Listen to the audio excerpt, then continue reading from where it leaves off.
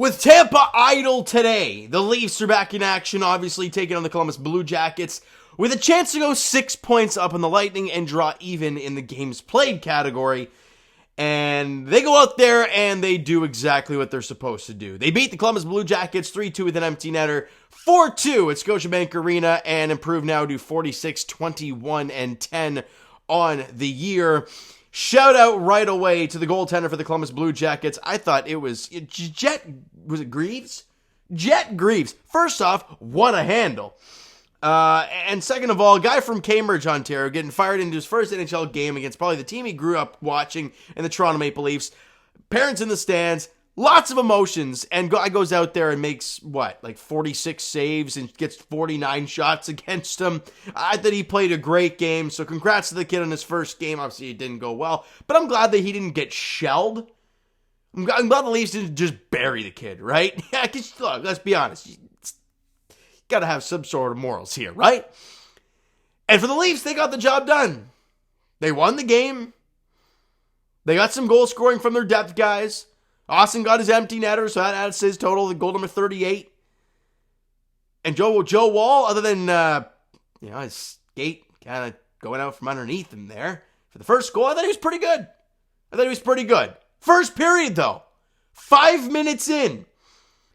Jake McCabe picks the puck up, gives it up to Sam Lafferty, who walks in, fires it, stopped by Jet. Wall picks it up, centers it to Zach Aston-Reese, who buries it. Now, again, the positioning on Jet wasn't the greatest there. But Zach Aston-Reese buries yet another one for the guy. He's been hot, and the Leafs get a 1-0 lead. Zach Aston-Reese from Justin Hull and Sam Lafferty at 5:10 of the first period. The Leafs are on the board first. Good. Hey, get the lead. Nothing wrong with that. 7 minutes later, though, Jack Roslovic scores, and they were coming down in the rush.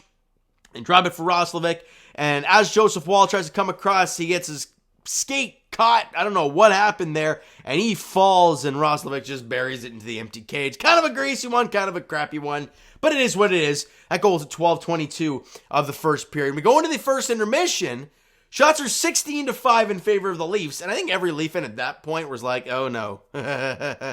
You've buried this guy. He's a guy who doesn't have great numbers in the AHL. It's his first NHL game. This is looking like a disaster waiting to happen, right? For Leaf fans, we've seen this enough. Then in the second period, though, a 2-on-1 comes down on Jet. But it's not Matthews and Marner. It's not JT and Willie. It's David Camp and Nick Abruzzese. Okay. Gotta say, David Camp, nice feed to Abruzzese. Nice shot. Gets robbed. Gets robbed by the goaltender.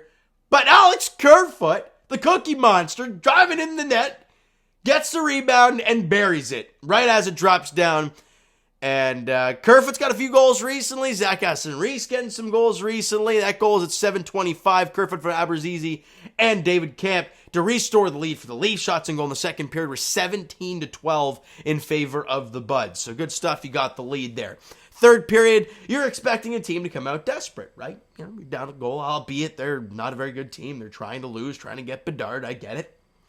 But the Leafs outshoot them 17-9 in the third period. And Jake McCabe fires one on. I believe it goes off Zach Aston-Reese's cojones.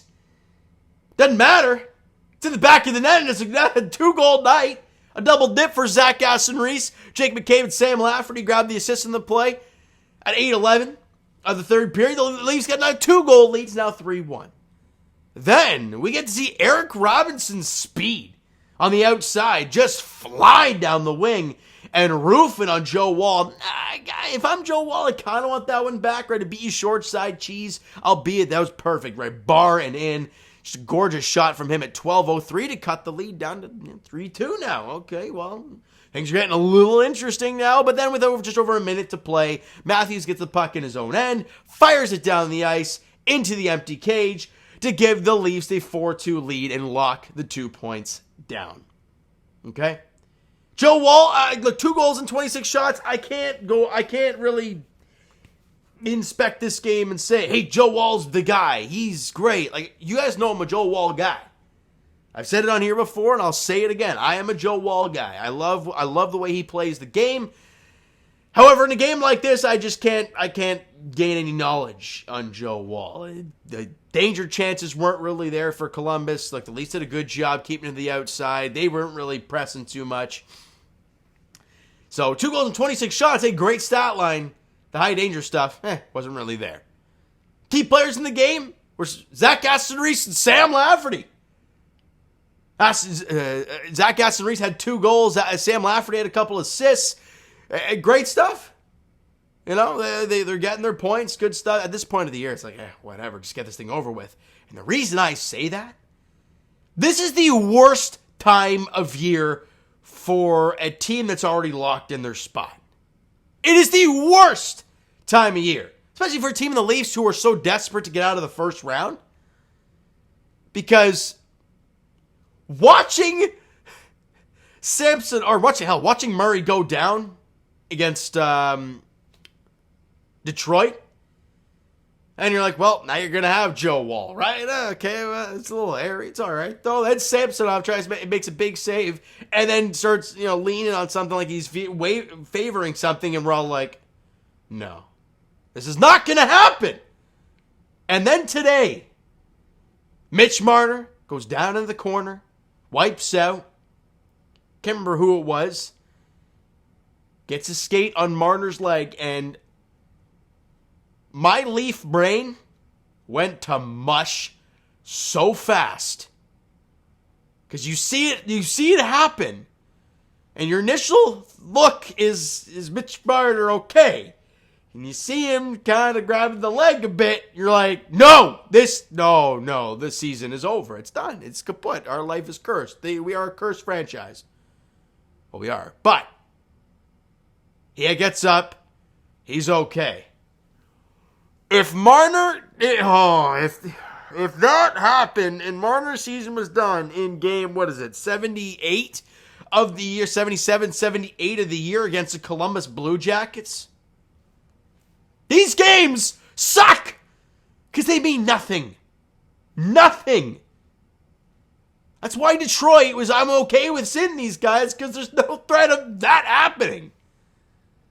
So, yeah, thank God he's okay. But, that scared me too much. Shots on goal for the game for the Leafs, 50-26. Yeah, they dominated. They should have. The one thing that scares me, though, that power play, it's 0 for 3 again. It's not good. Penalty kill was 0 for 2, so that's good there. Or power play for them was 0 for 2.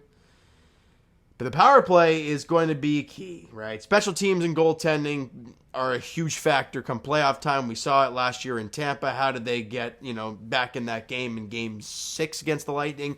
They get a 2-man advantage. And they bury it and win in overtime. And the Tampa Bay Lightning have a lethal power play. They will bury you. So, if you're the Leafs, you got to be able to bury some. We'll see how it goes.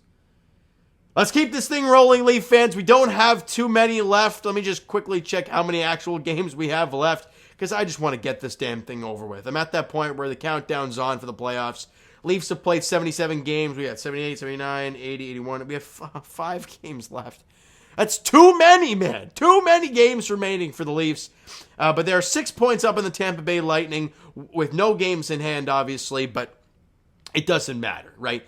The Tampa Bay Lightning can get a maximum of 10 points. The Leafs, hell, all they need to do is win a couple games out of the two of the last 5 games, and I think they're good to go. So it's not crazy.